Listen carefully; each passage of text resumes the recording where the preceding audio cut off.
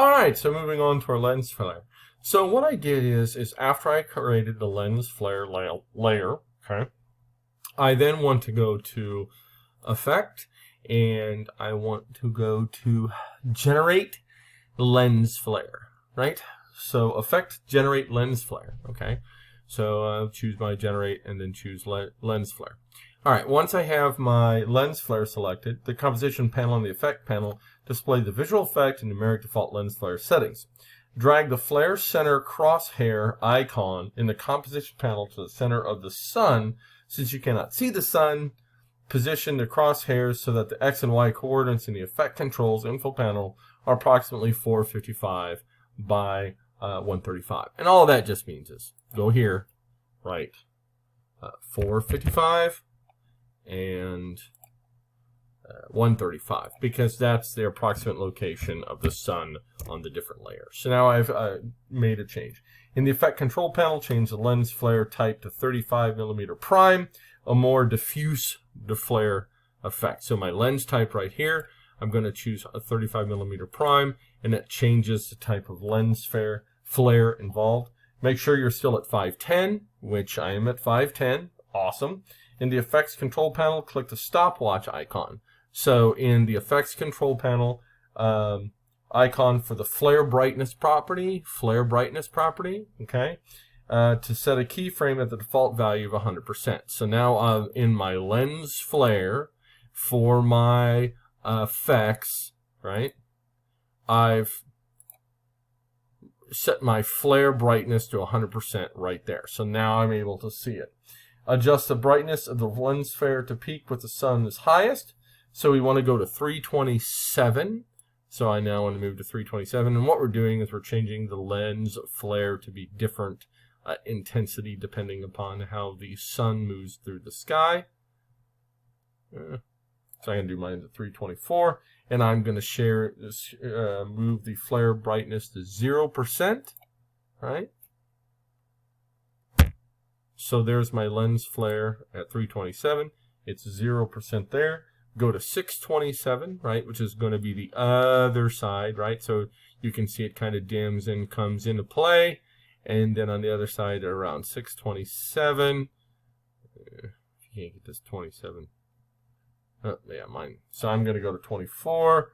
I'm going to set it to 0% there as well.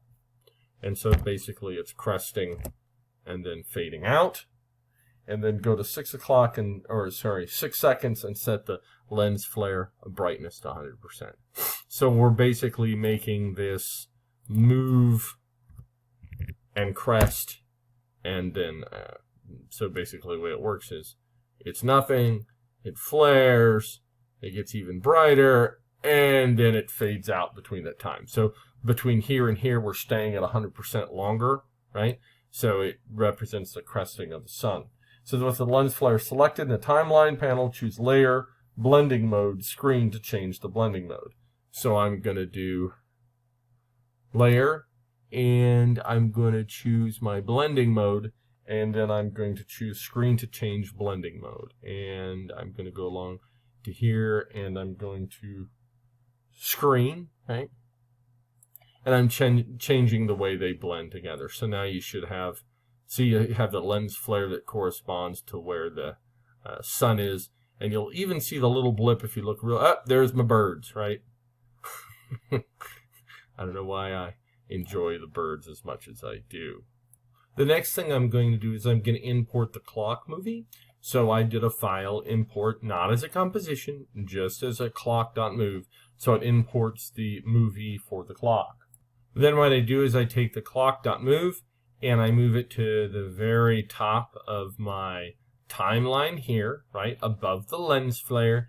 And what that's going to do is that's going to add the movie of the clock where it actually moves as I go forward, right? So now we've created it, including our, where are they? I must see the birds. There they are, the birds, as it actually moves forward. And then you can see your shadows. You know, see the nice shadows start to, as it crests, they get smaller. Right? All right. Now we're going to actually render the movie. So I make sure I'm clicked on sunrise, and then in my project panel, I then choose composition, add to render queue. So composition, I want to add to render queue, right? So it's getting ready to render that up. And the render queue panel opens, depending on the size of your screen, you may need to maximize. So it's right down here, okay? So in the render queue panel, click the blue words next to the output to pop-up menu.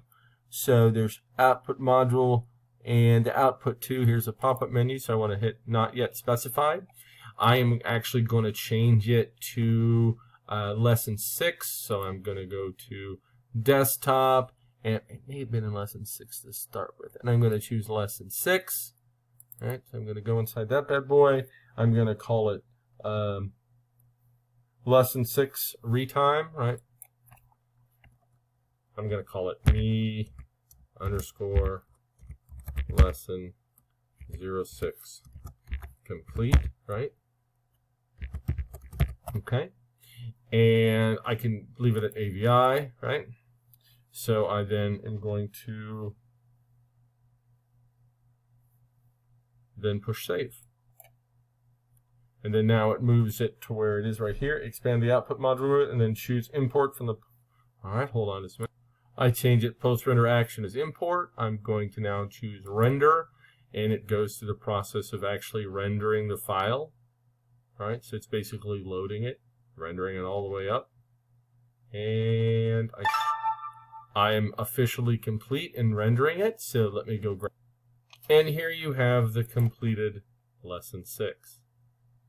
All right. Birds fly across. I can slow down my birds. And then I have my shadows that, get shorter as the sun rises. So there you go. That takes care of the items that we are going to deal with in this particular lesson. If you have any particular questions for me, let me know. Otherwise, good stuff. Thank you very much for your time.